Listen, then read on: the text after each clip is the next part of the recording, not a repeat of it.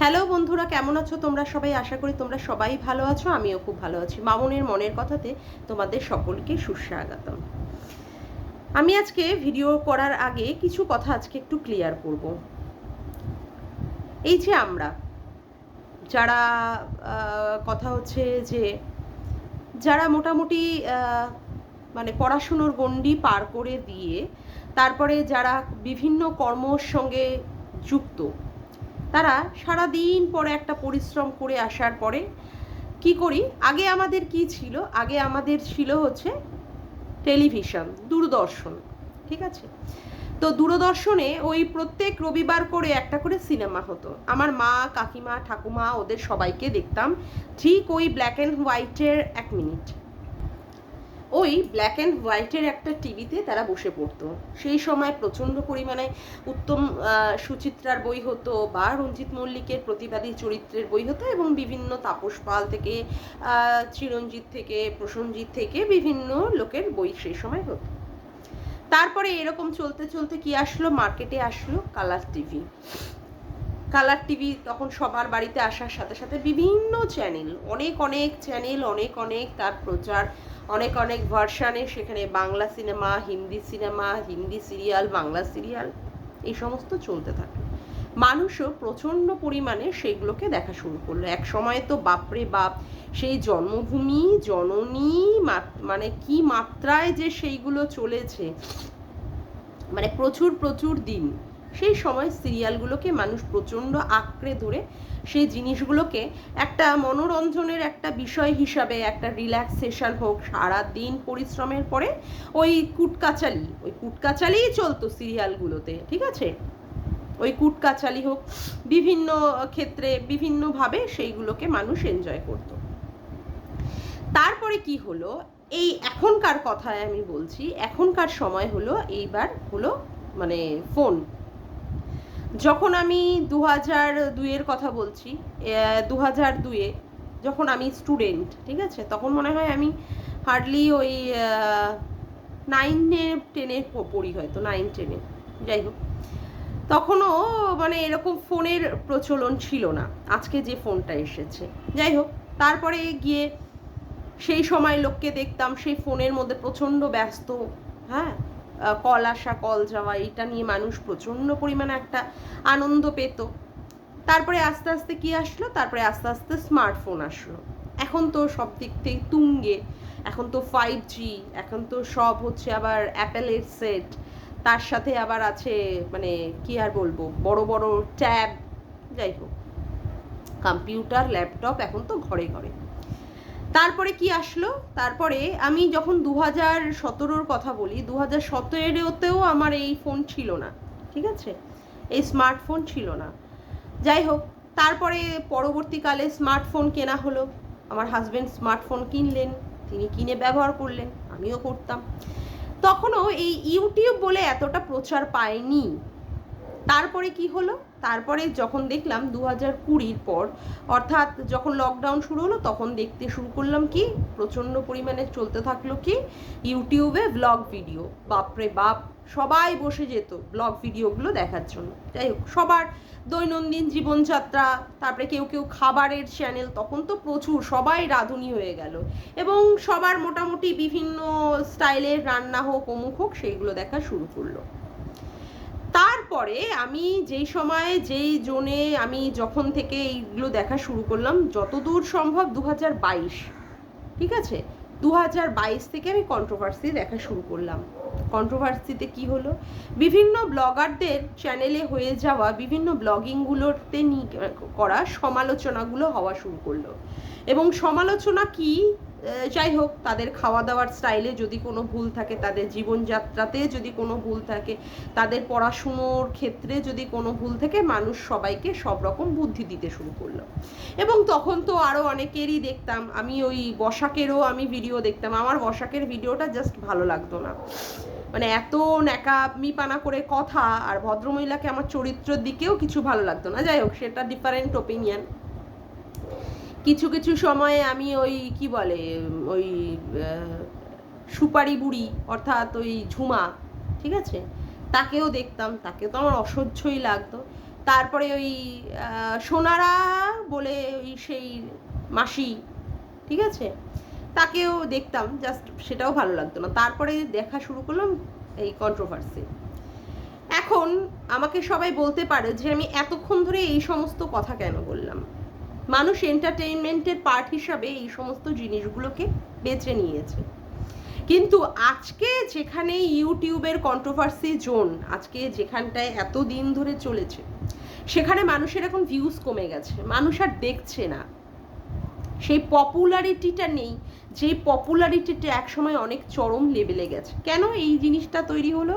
আগে মানুষ দূরদর্শন দেখা শুরু করলো, দূরদর্শনের প্রচুর রমরমানি, তারপরে আগে তার আগে ছিল, সরি আমি বলতে ভুলে গেছি, রেডিও। সবাই সকালবেলা আগে রেডিওটা চালিয়ে বসতো, আকাশবাণীতে রেডিওর বার্তা, সবাই এগুলো শুনতো। তারপরে টিভি, এখন কিন্তু সেইগুলো সব প্রায় লুপ্ত প্রায়। আমার ঘরেও এই টিভিটা রয়েছে, কিন্তু সত্যি কথা বলতে সবসময় দেখাই হয় না। ওই যখন খেলা টেলা হলো বা অমুক হলো তমুক হলো দেখা হয়, টিভিতে রিচার্জ প্রত্যেক মাসেই হয়, কিন্তু সেইভাবে চালিয়ে দেখা হয় না। এখন হচ্ছে ইন্টারনেটের যুগ, এখন হচ্ছে এই বিভিন্নভাবে মোবাইলের সাথে কানেকশান, এটা ওটা সেটার মানুষ খবর পেয়ে যাচ্ছে, ই করে যাচ্ছে। আর বিশেষ করে আমার ইউটিউব, তার জন্যই আরও ইন্টারনেটের কানেকশানের সাথে যুক্ত থাকা। কিন্তু আমি এই ইউটিউবের ব্যাপারে বলতে গিয়ে এত কেন বললাম, আজকে ইউটিউবটা সত্যিই নোংরা হয়ে গেছে। আজকে ইউটিউবে ভিউজ নেই, লোকে এত এত ভিডিও করছে, কিন্তু সেই সব ভিডিওতে মানুষ কেউ ভিউজ দিচ্ছে না, কেউ দেখতে আসে না, কারোর যুক্তি, কারোর লজিকের কথাবার্তা মানুষ শুনতে চাইছে না। কিন্তু কেন? কিছু তো কারণ থাকা উচিত। মানে কালকে আমি ওই ঘোড়ামুখীর একটা ভিডিওর, রাতের বেলার ভিডিওটা, যাই হোক অনেক রাত্রেই আমি দেখেছিলাম, ওই ভিডিওটা দেখে জাস্ট আমি অবাক। আচ্ছা 1 মিনিট, কালকের ভিডিওতে কি ছিল? কালকের ভিডিওতে প্রচণ্ড পরিমাণে চমকপ্রদ জিনিস ছিল। এই যে দিদি, আমাদের ঘোড়ামুখী দালাল, আর তার সাথে এই যে ভাই, ঠিক আছে, এই যে চম্পা, মর্কট, হাফ লেডিস, ধনঞ্জয়, যাই হোক, এদের মধ্যে মানে বহু আগে থেকেই এদের মধ্যে রিলেশন ছিল, বহু আগে থেকে একটা ভালো রিলেশন ছিল। সেইখানে এরা একে অপরকে অনেক কিছু কথাবার্তা আদান প্রদান করেছে। সত্যি কথা বলতে আমি কিন্তু এগুলো সত্যিই জানতাম না। আমি একটা আবেগের বশে হোক বা কোনো একটা কিছুর তাড়নায় আমি সত্যি চলে গেছিলাম হচ্ছে দক্ষিণেশ্বরে। সেখানে গিয়ে আমি অনেক কিছুই জানতে পারি, এবং এখন তো আমার কাছে মানে পুরোটাই পুরো পরিষ্কার হয়েছে যে কি কি চলেছে আর এখনো কি কি চলছে। তা যাই হোক, সেইখানে গেলাম, তারপরে পরবর্তীকালে জানতে পারলাম এদের দুজনের মধ্যে প্রচণ্ড পরিমাণে সম্পর্ক ভালো। যাই হোক, আমি নোংরা সম্পর্কের কথা বলছি না, আমি ভালো বন্ধুত্বের সম্পর্কেরই কথা বলছি। এরা দুজন দুজনকে অনেক কথাবার্তা আদান প্রদান করেছে। সেই আদান প্রদান করতে গিয়ে এই ঘোড়ামুখী দালালও পর্যন্ত ডার্লিং ভাই ডেকেও আবার ডার্লিং বলেছে। তা একেবারেই যে মাথায় যে ক্লিক করেনি তা কিন্তু নয়, যে এই ঘোড়ামুখী দালাল কি এমনি এমনি কারণেই ডার্লিং বলে দিল। সম্পর্কের গভীরতা কত, যেই সম্পর্কের গভীরতা যদি সেই রকম মাত্রায় না পৌঁছায়, তাহলে কি সত্যিই তাকে ডার্লিং বলে অভিবাদন করা যায়? আমরা কি একজন পুরুষকে যতই ভাই বলি আর যাই বলি, তাকে কি সহসাই এমনি ডার্লিং বলে ডাকতে পারবো না তো? আচ্ছা, তারপরে শুনলাম বিভিন্ন কথাবার্তা তার সম্পর্কে শুনলাম। কি শুনলাম? সে যখন তার স্বামীর সাথে শারীরিক সম্বন্ধে যখন যুক্ত ছিল, সে নাকি এই ভাইয়েরও ফোনটা ধরেছিল, এতটাই ইম্পর্ট্যান্ট ছিল। আবার ভাইকে দুপুরবেলায় বলতো যে তুমি আসো।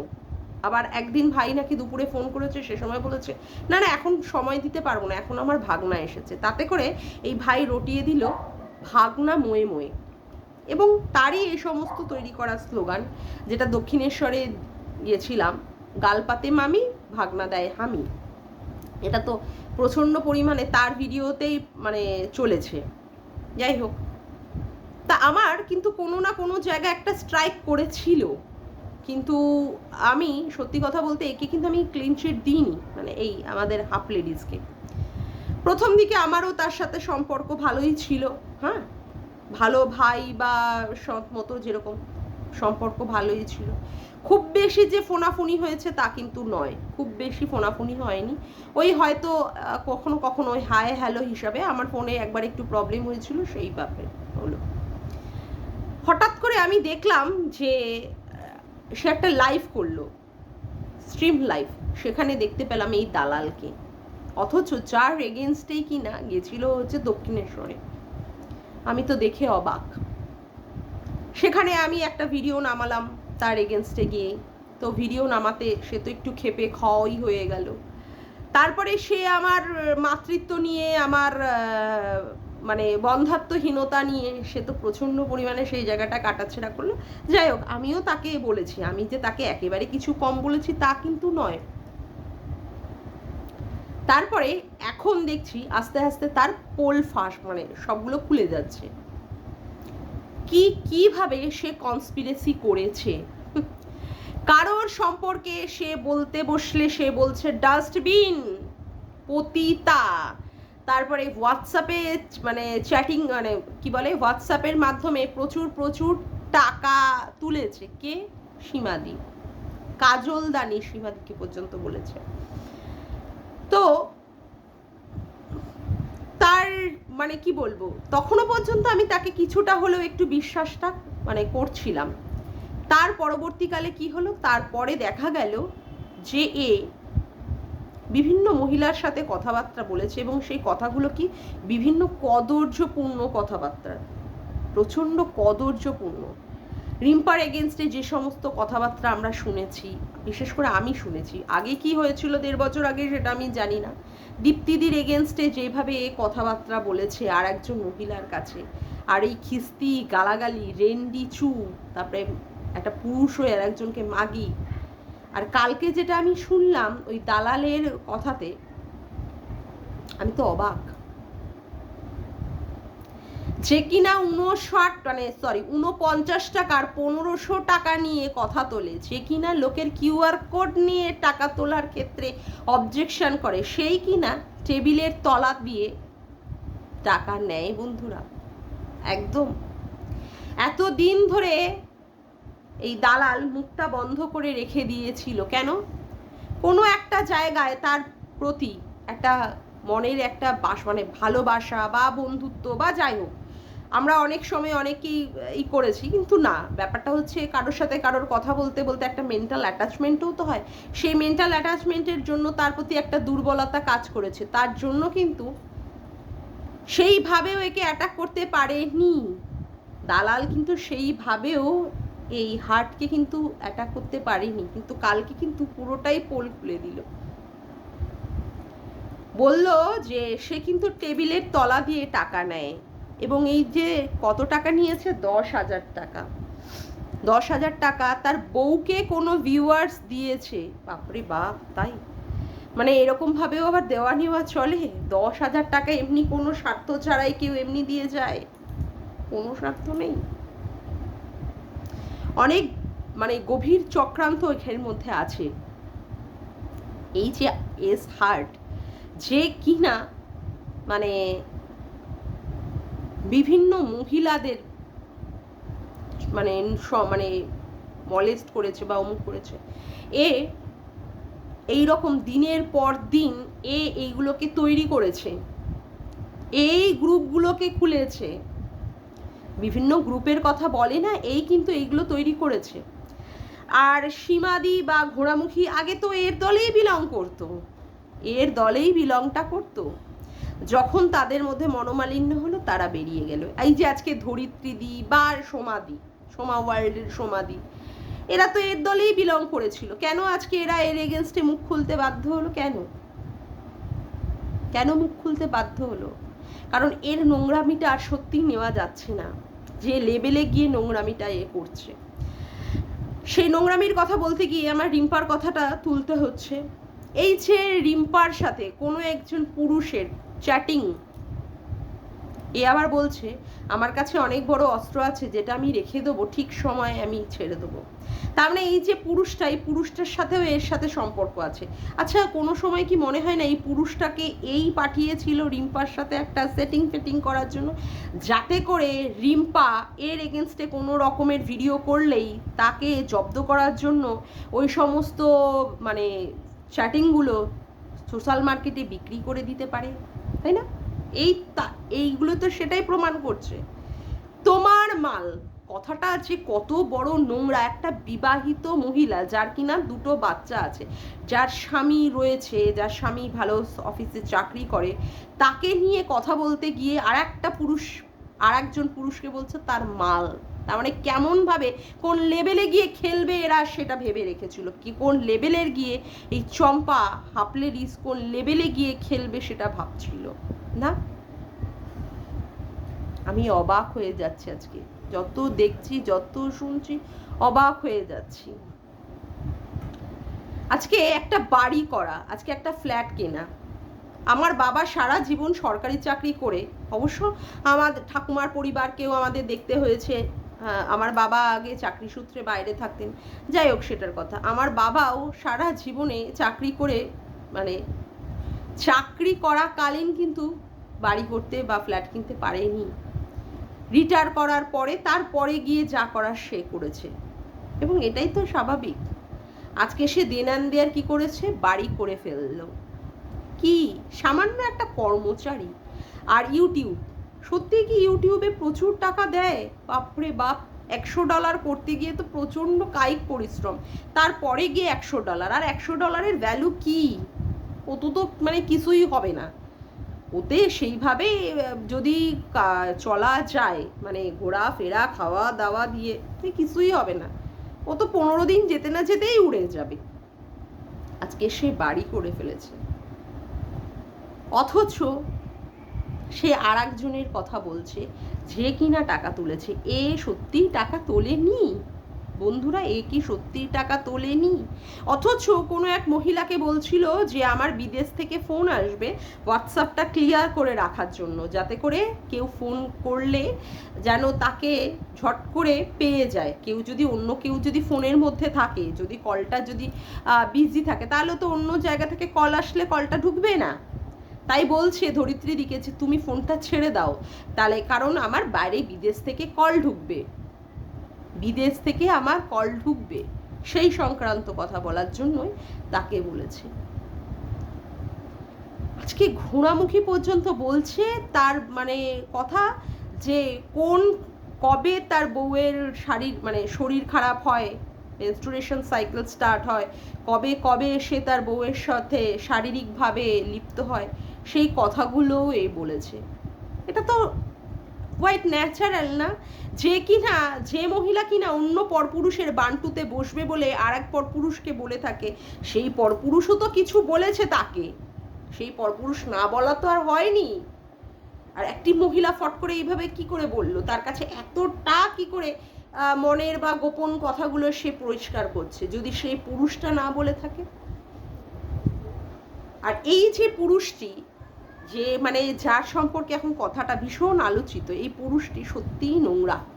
নোংরা মানে নোংরা থেকে নোংরা। একটি মেয়েকে মলেস্ট করার জন্য একটি পুরুষকে হায়ার করে, যে তুমি ওর সঙ্গে ফোনে সেটিং মিটিং করো, খেলাখেলি করো।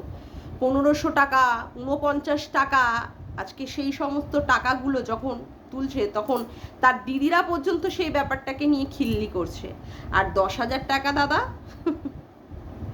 10,000 টাকা, 49 টাকার 1500 টাকা, 49 টাকার 1500 টাকার কথা তোলে, অথচ নিজেই তার বউকে বিক্রি করে 10,000 টাকা তুলছে। কোনো এক ভিউয়ার্স নাকি তার বউকে দিয়ে গেছে।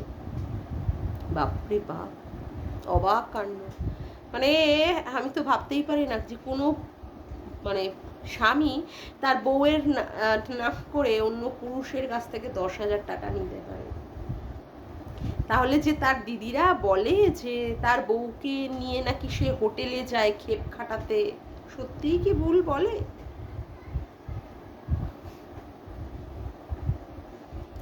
আজকে সত্যি নোংরা লাগছে এই ব্যাপারটা, ধিক্কার। ধিক্কার জানাই, ধিক্কার। কিভাবে আমরা মানে কি দিচ্ছি আমরা ইউটিউবকে। এরপরে সত্যি কি আর মানুষ দেখবে ইউটিউবটা? আমি এতক্ষণ ধরে কেন এই সমস্ত কথাবার্তাগুলো বললাম, কেন বললাম? কোথায় নিয়ে যাচ্ছে এরা ইউটিউবকে, কোথায়? তারপরেও এসে দিনের পর দিন, রাতের পর রাত লাইভ করে করে মানুষকে ধমকে চমকে এমন বোঝানোর চেষ্টা করছে যেন কত সে সত্যের মূর্ত প্রতীক। এ তো প্রথম থেকেই এই ধরনের নোংরামি পানা খেলে এসেছে, প্রথম থেকেই। আর মেয়েদের চরিত্র সে হাটে বাজারে বিক্রি করেছে, তার বউয়ের চরিত্রটাকেও সে আর একটা মহিলার কাছে এইভাবে বিক্রি করেছে। ছি! এরপরেও এর বউ এর সাথে কি করে সংসার করে, মানে আমি হলে তো মানে পুরো মাটি ভেদ করে মনে হয় মানে এসে চলে যেতাম, মাটি ফাঁক হয়ে আমি ঢুকে পড়তাম যদি আমার স্বামীর সম্পর্কে এই ধরনের শুনতাম। এর থেকে লজ্জার বিষয় আর কিছু হয় না। শেষে কি না পিরিয়ডসের ডেট কবে কবে হয়, কবে কবে তারা শারীরিকভাবে মিলিত হয়, সেই সমস্ত কথাও আর একজনকে বলতে হয়েছে। ছি ছি ছি। তার বউয়ের বাপের বাড়ি আমি শুনেছি ধনী পরিবারের মেয়ে সেই মেয়েটি, তাহলে তার বউকে কেন ভিউয়ারদের থেকে 10,000 টাকা নিতে হয়েছে? আর এ কি শুধু 10,000 টাকা একবার নিয়েই শুধু ক্ষান্ত হয়েছে? এটা তো শুধু আমরা একবার শুনতে পেয়েছি, এই রকম খেলা যে কতবার কি ভাবে হয়েছে সেটা তো আমরা জানি না। এই যে বড় বাড়িটা হলো, সেটা কি সত্যি ওর একার নিজের পয়সা, নাকি এরকমও কোনো ভিউয়ার্সদের বা ধরে রেখে দিয়েছে, যার বা বিদেশ থেকে টাকা পয়সা আসার মাধ্যমে এইভাবে টাকা পয়সা দিয়ে দিয়ে সে বাড়িটা করতে পেরেছে? অবাক লাগছে, অবাক। কোথায় আসলাম? মানুষের কাছে সত্যিটা তুলে ধরবো, প্রতিবাদ করব, কিন্তু এখানে তো দেখছি সবাই এই একই নোংরাতে পুরো মানে একইভাবে সবাই এই জিনিসটার মধ্যে তলিয়ে পড়েছে। যাকে বিশ্বাস করে মিটআপে গিয়েছিলাম সে তো বিশ্বাসটার পুরো খান খান ভাবে তার মর্যাদা উড়িয়েছে। আর মহিলাদের সম্মান সে তো নিয়ে হাটে বাজারে বিক্রি করেছে, চড়া দামে নিলাম করে বিক্রি করেছে, চচ্চড়ি করে দিয়েছে। অবশ্য তার বউয়ের মানে চরিত্র যেভাবে সে বিক্রি করেছে, সেখানে অন্য মহিলাদের চরিত্র সে বিক্রি করবে না এটা তো আশাই করা যায় না। তার হয়ে অনেক দিদিরা অনেক কথা বলে, অনেক কথা বলে তার হয়ে। এখন তার দিদিরা কোথায়? তার ভাইয়ের এই সমস্ত নোংরা কাহিনী শুনতে পাচ্ছে না। তবে একজন দিদি তো ক্লিন চিট দিয়েই দিয়েছে, সে তো বলেই দিয়েছে তার এই নোংরামির কথা সে জানতো। যারা শুনছে তারাও অবাক হচ্ছে, মানে আগে থেকেই জানে যে কতটা নোংরা, আগে থেকেই জানে যে কতটা নোংরা, সেজন্য সে কোনো অবাক বা বিস্ময় কিছু প্রকাশ করেনি। আমরা শুনছি, আমরা বিস্ময় আর অবাক হয়ে যাচ্ছি। একজন বাবা হয়ে, একজন স্বামী হয়ে, একজন সন্তান হয়ে, কারো সন্তান হয়ে সে তাদের পরিবারের কাছেই বা কি বার্তা দিচ্ছে, কি সম্মান থাকছে তার? তার এই সমস্ত ভিডিও বা তাকে নিয়ে করা ভিডিও কি তার পরিবারের মানুষজন কেউ দেখছে না? এটা কি হতে পারে নাকি? এখন সোশ্যাল মিডিয়ার যুগ, সবার কাছেই এরকম স্মার্টফোন, দেখছে না তার পরিবারের লোকেরা? নাকি তাকে সবাই ভয় পায়? তার বউই বা কেন প্রতিবাদ করছে না, তার মাই বা কেন প্রতিবাদ করছে না? কিন্তু আমার মনে হয় এ সেই সমস্ত সন্ন্যার মতোই না, এ হচ্ছে অপ্রতিরোধ্য। মানে সত্যি আজকে আমি কালকে ভিডিওটা দেখার পরে আমার জাস্ট ছি লেগেছে, ছি ছি ছি। ধিক্কার ধিক্কার ধিক্কার।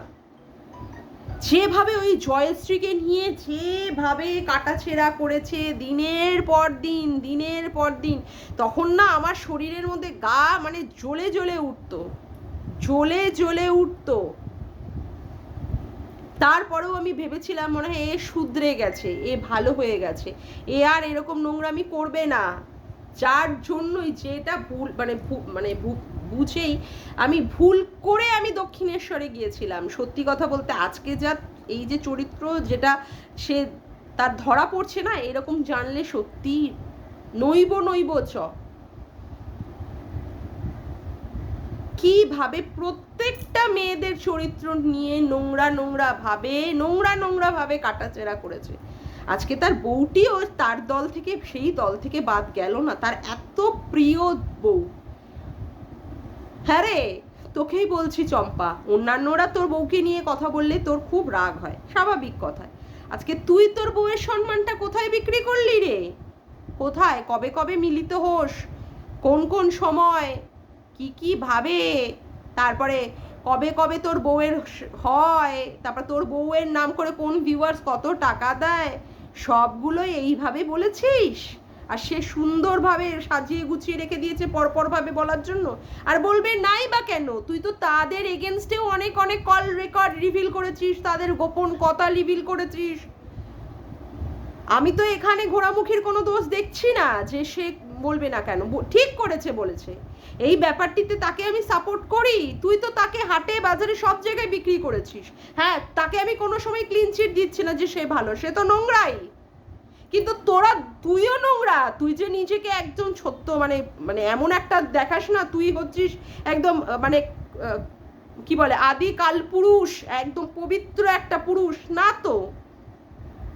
তুইও তো তার সাথে এইরকম নোংরামিতে যুক্ত ছিলিস, তার সাথেই বসে বসে তুই মিলিত হয়ে চক্রান্ত করে তুই এইগুলোকে তৈরি করেছিস। এখন রাগ করলে আর ধমকালে চমকালে কি করে হবে বল? কি করে হবে? তুই তো খেলাটা শুরু করেছিস। তুই তাকে একে ব্যবহার করার জন্য ওর সঙ্গ নিয়েছিস, ওকে ব্যবহার করার জন্য আবার এর দিকে সঙ্গ নিয়েছিস। এখন তো সেইগুলোই পরিষ্কার হচ্ছে। কেন ধরিত্রীদি তোকে এইভাবে নোংরা ভাবে গালি দিচ্ছে? বরাহনন্দন, তারপরে কি দেশের বাচ্চা তোর মায়ের চরিত্র নিয়ে বসে বসে কাটাছেড়া করছে। তুইও তো ওর সঙ্গ নিয়ে আর একজনকে মলেস্ট করবি বলে, আর এক মহিলার চরিত্র চচ্চড়ি করবি বলে তাকে ব্যবহার করেছিস না? তা সেটা তো আজকে তোর দিকেই রিটার্ন আসবে। এটাই তো হওয়ার ছিল, তার জন্য আজকে এইগুলো হচ্ছে। তুই রিম্পার এগেনস্টে কিভাবে তুই ষড়যন্ত্র করেছিস, পুরুষদের সাথে মিলে একজনের সাথে মিলে, ওই কি বলে বাংলাদেশের ওই নোংরা ক্রিয়েটারদের সাথে মিলে একটা তার ছবি দিয়ে সেখানে বসে মানে মুখে বাথরুমের প্যান তৈরি করে সেখানে বসে পেচ্ছাপ করার মতো জিনিস দেখিয়ে তুই নোংরা ভিডিও করেছিস। তা তোকে মানুষে ছেড়ে দেবে? হয় কখনো? আশাই বা করিস কি করে? এটা তো হতেই পারে না, না? ছি, মানে সত্যি আমার আজকে এই ভিডিও মানে করতে গিয়েও না আমার সত্যি আজকে কোথায় গা গিনগিনিয়ে উঠছে। আজকে মেয়েদের পজিশনটা তাহলে কোথায়? মেয়েদের পজিশন, মেয়েদের সম্মানটা তাহলে কোথায়? এদের মতো পুরুষদের কাছে পড়লে তো মেয়েরা পুরো হারিয়ে যাবে, পুরো তলিয়ে যাবে, সম্মান থাকবে না, পুরো তলিয়ে যাবে। এমনিতে একে ওকে তাকে তো খিস্তি দিয়ে ভূত বানিয়ে দিচ্ছে, তাদের এর চচ্চড়ি, এর বুকের পার্টের ক্লিভেজ তুলে নিয়ে, এর অমুক এর তমুক, তাই না? এগুলো করে করে কারোর মেট্রো স্টেশনে ফটো তুলে, কারোর মেয়ের বুকের বক্ষ যুগল তুলে, তারপরেও শেষে কিনা তার বউয়ের সম্পর্কেও তার বলতে হচ্ছে সে কবে কত তারিখে তার শরীর খারাপ হয়। ইস বাবারে বাবা, এ স্বামী কি করে রে তুই ভালো স্বামী আর ভালো বাবা হবি? তোর ছেলে এইগুলো শুনবে না পরবর্তীকালে বড় হয়ে? ইউটিউব দেখবে না? ইউটিউবে তুই এই ধরনের তোর মন মানসিকতা প্রকাশ করছিস, তাহলে বাস্তবে তুই তাদের সাথে যাদের সাথে নিয়ে ঘর করিস তাদের কাছে তাহলে কি তুই রূপ দেখাস? কি পরিচয় দিচ্ছিস? ছি, না আমার সত্যি বলতে এগুলো বলতেও না আমার আর ভাবতেও ঘেন্না লাগছে। ছি, যাকগে, আজকের মতো ভিডিওটা আমি এখানেই শেষ করলাম। আমার ভিডিওটা ভালো লেগে থাকলে একটি লাইক করো, কমেন্ট করো, শেয়ার করো, আর চ্যানেলটিকে বেশি বেশি করে সাবস্ক্রাইব করে রেখো, আর অল নোটিফিকেশান বেলটিকে অন করে রেখো এরকম নতুন নতুন ভিডিও পাওয়ার জন্য। আজকের মতো আসি বন্ধুরা, আবার দেখা হচ্ছে একটি নতুন ভিডিওতে। Bye, tata.